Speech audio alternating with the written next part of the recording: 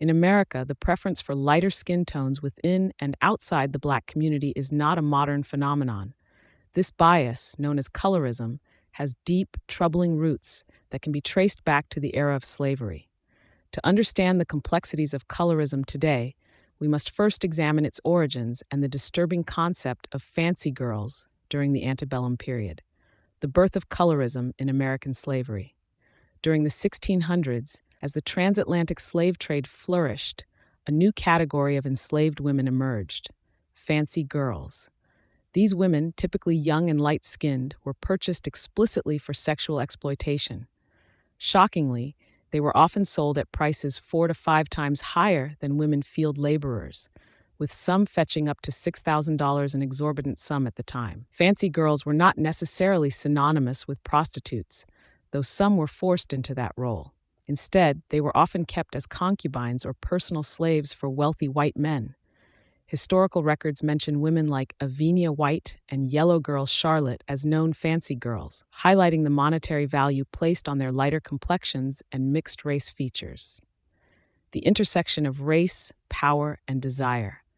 The fancy girl trade embodied the rape culture and sexual assault prevalent in the antebellum South. It reflected white anxieties and the desire of elite white men to assert dominance over Black people, particularly Black women. This was not just about labor exploitation, but also about sexual control and power dynamics. Interestingly, the term one-eyed man emerged during this period, referring to white slave traders who had lost an eye due to Black women fighting back against sexual assault. This small act of resistance highlights the bravery of these women in the face of overwhelming oppression. Status symbols and fetishization. Fancy girls often became status symbols for elite white men, who would parade them around bars, saloons, and social events. This public display of ownership further entrenched the idea that lighter-skinned Black women were more desirable and valuable. One of the most famous examples of this dynamic is Sally Hemings, who was enslaved by Thomas Jefferson. Hemings, who was of mixed race and described as light-skinned, bore several of Jefferson's children.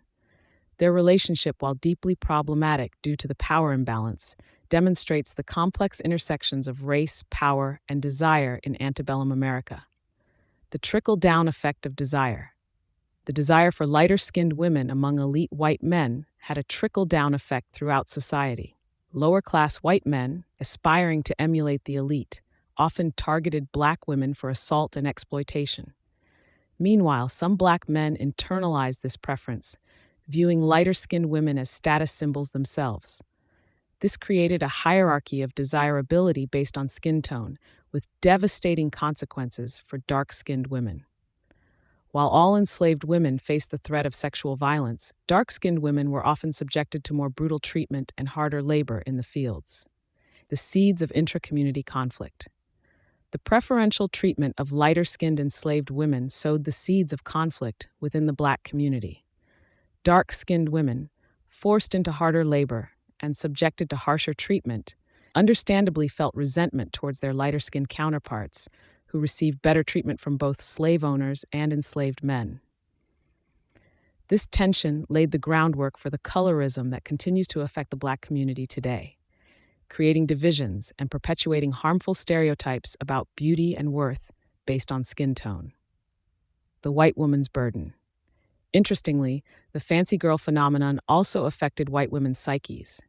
Imagine being a white woman, bound by the strict social norms of the time, watching your husband openly desire and father children with younger, often more beautiful enslaved women. This created a complex web of jealousy, resentment, and powerlessness among white women, further complicating race relations and attitudes towards skin tone. Legacy in modern times. The historical preference for lighter skin tones has left a lasting impact on American society. Today, we see its effects in various forms. 1. Continued colorism within the Black community, where lighter skin is often still associated with beauty and success. 2. The popularity of skin-lightening products and treatments across various ethnic communities. 3. Media representation that often favors lighter-skinned actors and models, even when portraying characters of color. 4. The fetishization of mixed race or racially ambiguous individuals in popular culture and dating preferences. 5. Disparities in socioeconomic outcomes based on skin tone, with studies showing that lighter skinned individuals often have advantages in education, employment, and income.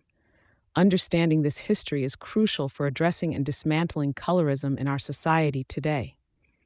It reveals that our current beauty standards and racial biases are not natural or inevitable, but rather the result of a long history of oppression and exploitation. Breaking the cycle. Recognizing the historical roots of colorism is the first step in breaking its cycle. Here are some ways we can work towards a more equitable and inclusive society. 1. Education. Teach the history of colorism in schools and communities to raise awareness about its origins and impacts. 2. Media representation. Advocate for diverse representation in media, celebrating beauty across all skin tones.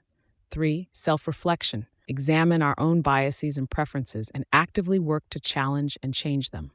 4. Support.